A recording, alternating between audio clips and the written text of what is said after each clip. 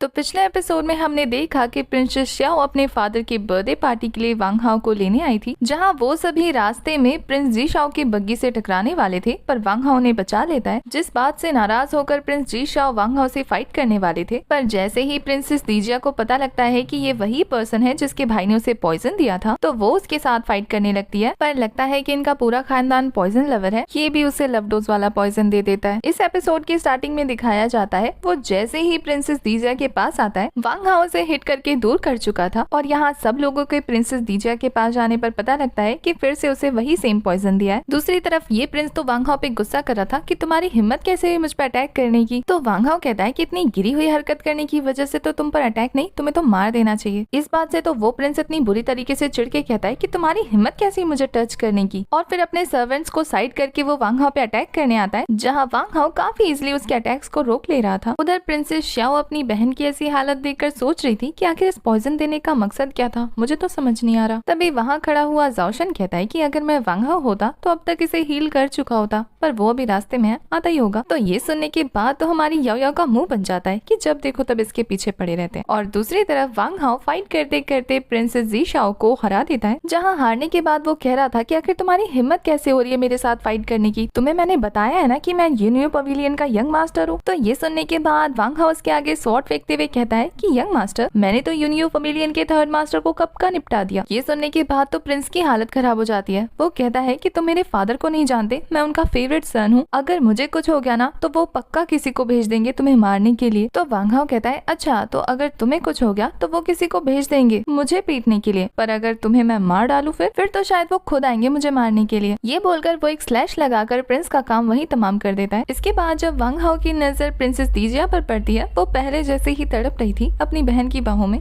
तो वांग हाओ फटाफट प्रिंसेस श्याओ के पास जाकर कहता है कि क्या मुझे आपकी सिस्टर मिलेगी ठीक करने के लिए। तो इसके बाद हमें उन्हें एक रूम में दिखाया जाता है, जिस रूम के बाहर खड़े होकर याओ याओ बेचैनी से इंतजार कर रही थी उनके बाहर आने का कि हर बार हर कोई वांग हाओ के साथ ऐसे क्यों चिपक जाता है, क्या वो पॉइजन प्रिंसेस की जगह मुझे नहीं लग सकता था तो वांग हाओ भी मुझे हील कर रहा होता। कितनी ज्यादा जेलस होती है ना ये लड़की। दूसरी तरफ प्रिंसेस को दिखाया जाता है जो वैसे ही तड़प रही थी और वांग हाओ से फोर्सफुली पकड़ते हुए उसे हील करने लगता है, जहाँ हीलिंग प्रोसेस के टाइम पे प्रिंसेस सोच रही थी कि आज के दिन में ऐसा दूसरी बार हुआ है जब वांग हाओ से बचा रहा है इस पॉइजन से, कितनी ज्यादा शेमलेस बात है ना उसके लिए। और वहीं दूसरी तरफ हमारी याओ याओ सोच रही थी कि अब तो बाहर आ जाओ, कितना वक्त लगेगा। तो छोटू ड्रैगन भी उसे छेड़ते हुए कहता है कि तुम्हें इंतजार करने की जरूरत नहीं है, वांग हाओ ये काम दूसरी बार कर रहा है, थोड़ा तो वक्त लगेगा ना। ये बात सुनने के बाद याओ याओ चिढ़ते हुए छोटू ड्रैगन को कूटना स्टार्ट करने वाली थी। और वहीं दूसरी तरफ ताइरिच जाओशन से कहता है कि कहीं तुम्हारा यंग मास्टर लड़की तो नहीं है। इसके बाद हमें बर्थडे पार्टी का सीन दिखाया जाता है, जहाँ बहुत सारी फैमिली के यंग मास्टर्स आए थे, जिनका एम्परर खुले दिल से स्वागत करते हुए ड्रिंक ऑफर करते हैं। ड्रिंक पीने के बाद एक फैमिली के मेंबर चू खड़े होकर एम्परर से कहते हैं कि पहले तो आपको जन्मदिन की शुभकामनाएं, साथ ही आपका ट्रेजर हंट अच्छे से सक्सेसफुल हो जाए। और फिर उनकी नजर जाती है वांग हाओ पर, जिसे देखकर वो कहते हैं कि आप तो बहुत ज्यादा स्ट्रॉन्ग है, क्योंकि इतनी छोटी सी उम्र में डोंगशिंग पवेलियन जैसे पवेलियन को संभालना बहुत बड़ी बात है। वैसे तो मुझे नहीं पता कि डोंगशिंग पवेलियन का ये वुहुम के साथ क्या रिश्ता है, पर मैं जानना चाहूंगा। पर वांग हाओ कह देता है कि ये उनके बीच का पर्सनल मैटर है, वो इसके बारे में डिस्कस नहीं करना चाहते। वांग हाओ को थोड़ा नाराज होते हुए देखकर एम्परर उसे शांत कराते हुए कहते हैं कि ज्यादा डिटेल जानने की जरूरत नहीं है, मैं खुद ही इंट्रोड्यूस करा देता हूँ। तो वो उस पर्सन को वांग हाओ से इंट्रोड्यूस कराते हुए कहते हैं कि इनका नाम है चू शेंजी, जो गॉड एंड डीमन टेम्पल के हेड है, और उनके ठीक सामने बैठी हुई है उनकी न्यूली मैरिड वाइफ। इसके बाद एम्परर कहते हैं कि ज्यादा बड़ी पार्टी ना होने की वजह से उन्होंने ज्यादा लोगों को नहीं बुलाया। और फिर टेम्पल हेड चू शेंजी के बैठने के बाद एम्परर कह रहे थे कि जितना मुझे पता है पहले डोंगशिंग पवेलियन बहुत ज्यादा फेमस हुआ करता था पूरी दुनिया में। ना सिर्फ ये लोग अच्छे काम करते थे बल्कि बुरे लोगों को एलिमिनेट भी करते थे। तो मैं आशा करता हूँ कि ये पहले जैसे ही फेमस हो जाए। वांग हाओ तुम्हारी देखरेख में, तुम्हारी लीड करने की वजह से मैं आशा करता हूँ ये एक दिन फिर से टॉप पर आ जाएगा। ये सारी बातें सुन के वांग हाओ तो खुश हो रहा था, जिसे देख के ताइरिच कहता है कि वांग हाओ लगता है मीठी मीठी बातों में फंस गया है, कहीं ये उन्हें मारने की प्लानिंग तो नहीं, या फिर ये एम्परर डोंगशिंग पवेलियन के बारे में कुछ ज्यादा ही अच्छे से जानते हैं। इसके बाद वांग हाओ एम्परर से एक सवाल पूछ रहा था कि प्रिंसेस दीजिया कभी घर से बाहर नहीं जाती, तो उसका इन्विटेशन लेकर वो खुद क्यों गई थी। तो इस बात पे एम्परर हंसते हुए कहते हैं कि इस बारे में तो तुम्हें उस छोटी लड़की से ही पूछना चाहिए। और फिर एम्परर को एहसास होता है कि कोई गेट के बाहर खड़ा है, तो वो काफी गुस्सा होते हुए कहते हैं कि गोल्डन पवेलियन के लॉर्ड को यहाँ बिना इन्विटेशन के नहीं आना चाहिए। पर वो गोल्डन पवेलियन के लॉर्ड तो दरवाजा ओपन करके अंदर आते हुए वांग हाओ को ढूंढ रहे थे कि कहाँ है वांग हाओ। ये लॉर्ड और कोई नहीं बल्कि